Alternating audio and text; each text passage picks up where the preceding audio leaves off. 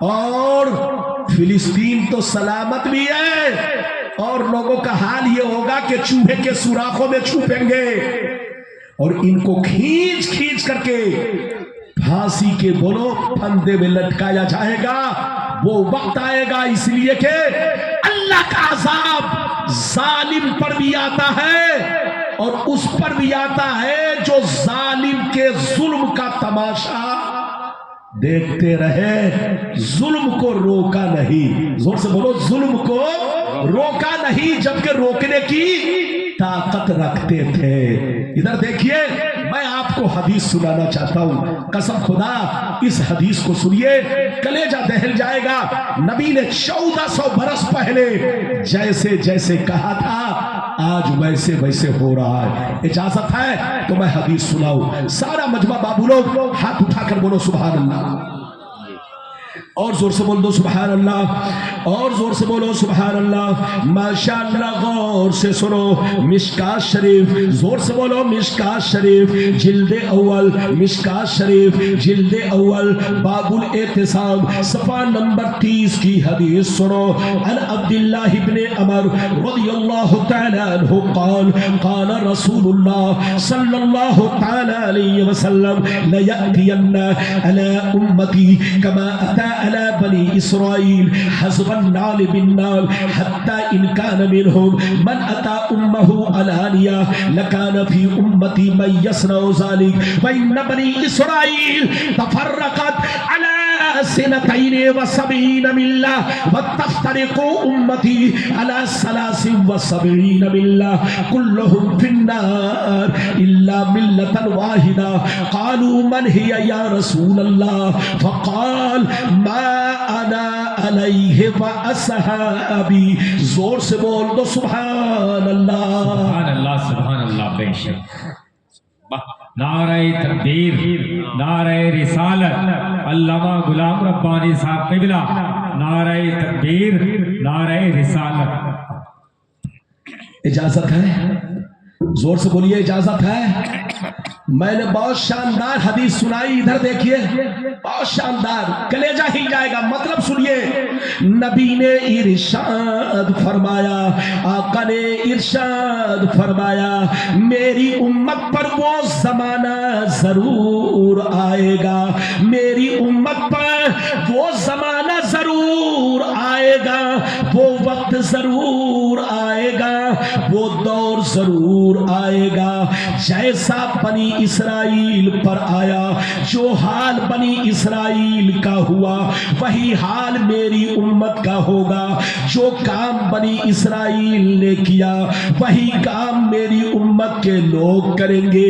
اگر بنی اسرائیل میں کسی نے اپنے ماں کے ساتھ بدفعلی کی ہوگی تو میری امت میں بھی کچھ چھوکرے ضرور ہوں گے جو اسی کے راستے پر چلیں گے، اسی کے نقش قدم پر چلیں گے۔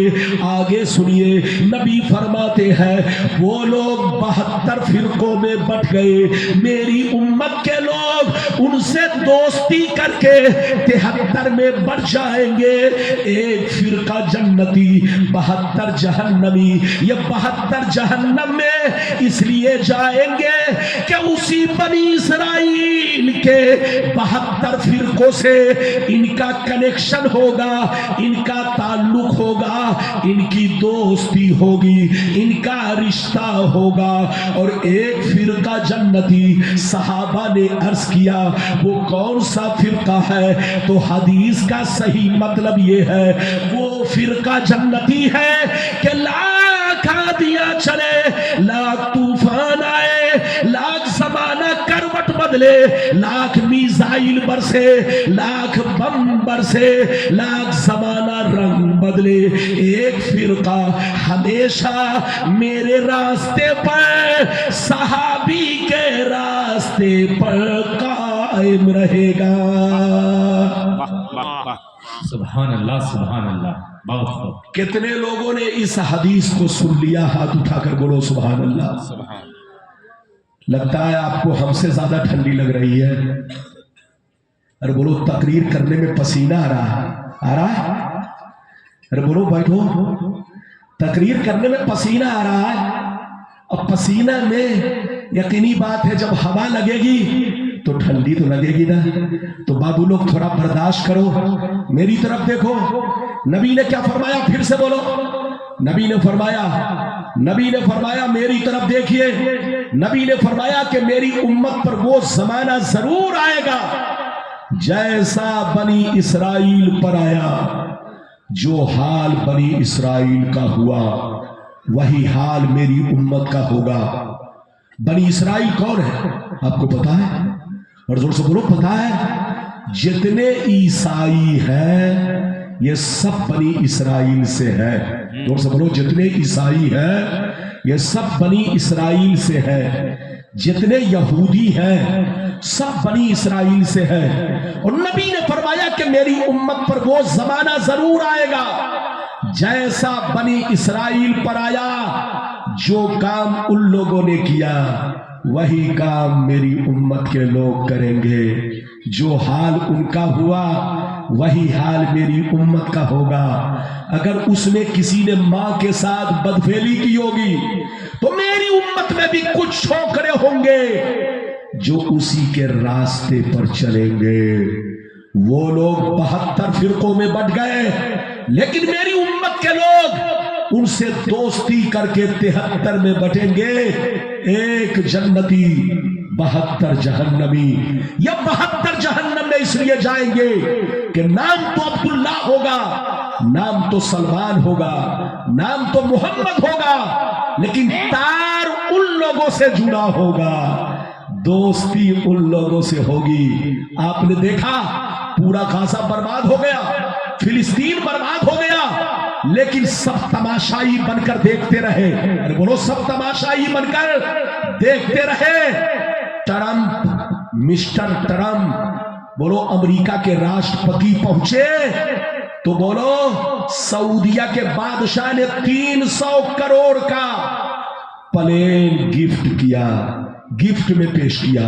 ارے بولو 300 کروڑ کا فلائٹ یعنی پلین گفٹ میں پیش کیا، تحفہ دیا، لیکن غزہ والوں کے لیے ایک ٹرک آلو نہ بھیج سکا، غزہ والوں کے لیے ایک ٹرک چاول نہ بھیج سکا، غزہ والوں کے لیے ایک ٹرک آٹا نہ بھیج سکا۔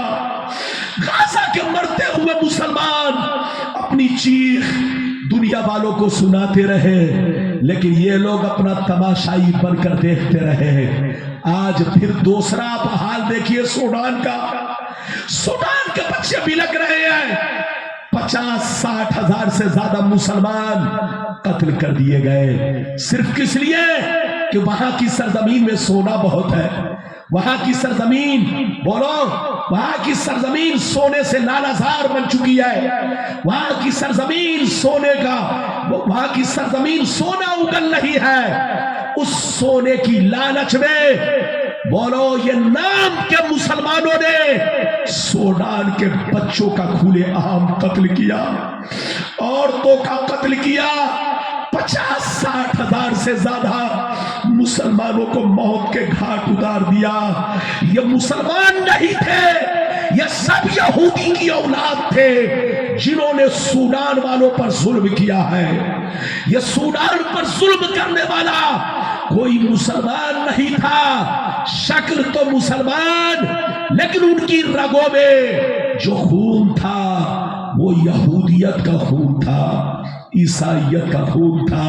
ورنہ ایک مسلمان کا خون اور قتل عام اس طرح سے کرے، قسم خدا ان کی غیرت کہاں چلی گئی؟ ارے بولو ان کا ایمانی جذبہ کہاں چلا گیا؟ ایک مسلمان کے ساتھ اس طرح کا سلوک نہیں کر سکتا۔ آج عرب کے 57 عرب کنٹری بادشاہ یہ سب تماشائی بن کر دیکھتے رہے۔ غزہ برباد ہوا، سوڈان برباد ہوا، لیکن حضرات کسی